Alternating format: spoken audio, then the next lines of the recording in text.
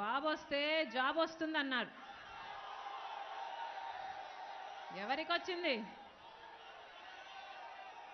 చంద్రబాబు గారి కొడుకు లోకేష్కు మాత్రమే వచ్చింది. ఒకటి కాదు, రెండు కాదు, ఏకంగా 3 శాఖలకు మంత్రిని చేశాడు లోకేష్ని. ఈ పప్పు గారికి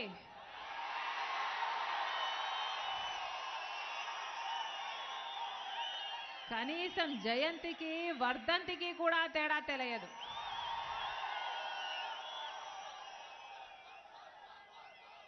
ఆలు కూడా రావు కానీ అగ్రతాంబూలం మాత్రం నాకే అన్నాడట ఒకడు. ఒక్క ఎన్నిక కూడా గెలవలేదు.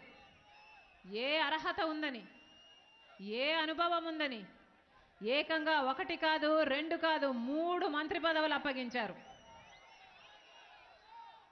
చంద్రబాబు గారిని అడుగుతున్నాం, ఇది పుత్రవాత్సల్యం కాదా? చంద్రబాబు గారి కొడుకేమో 3 ఉద్యోగాలు, మామూలు ప్రజలకేమో ఉద్యోగాలు లేవు, ఉద్యోగ నోటిఫికేషన్లు కూడా లేవు.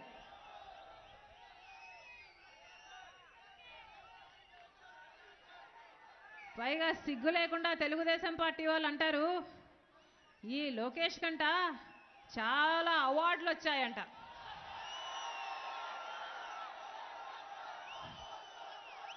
ఈ పప్పు గారికి అవార్డులు ఇచ్చారట.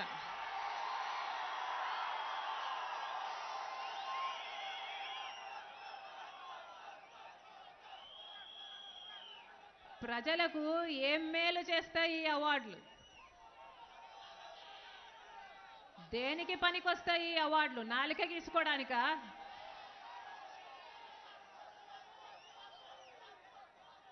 అవతల తెలంగాణలో కేసీఆర్ గారి కొడుకు కేటీఆర్ గారు ఐటీ శాఖ మంత్రి అయ్యాడని ఈయన కూడా నాకు అదే కావాలని ఇప్పించుకున్నాడు.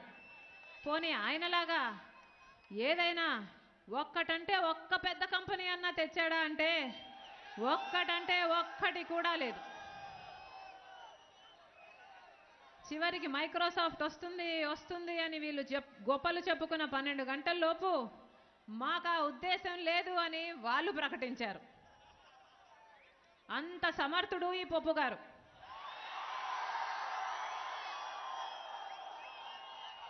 పోనీ మంచి చేయకపోతే చేయకపోయాడు,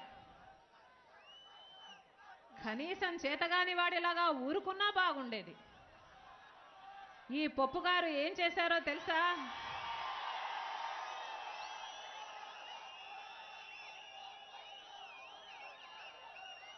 ప్రభుత్వం దగ్గర మాత్రమే ఉండాల్సిన సమాచారం అంటే ప్రజలకు సంబంధించిన Aadhaar details, bank details, voter details లాంటివి దొంగలించి తనకు కావాల్సిన ప్రైవేట్ కంపెనీలకు ఇచ్చేసుకున్నాడు. ఆవు చేనులో మేస్తే దూడ గట్టు మీద మేస్తుందా అని ఒక సామెత.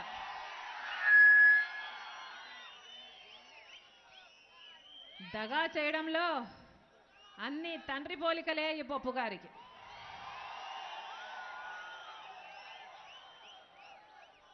ఈయన చేసిన దిక్కుమాలిన పనికి ఈరోజు ఏ కుటుంబంలో ఎంతమంది ఆడపిల్లలు ఉన్నారు, ఏ బ్యాంక్ అకౌంట్లో ఎంత డబ్బు ఉంది అని అన్న అతి సున్నితమైన సమాచారం కాస్త బయట బజార్లో పడింది.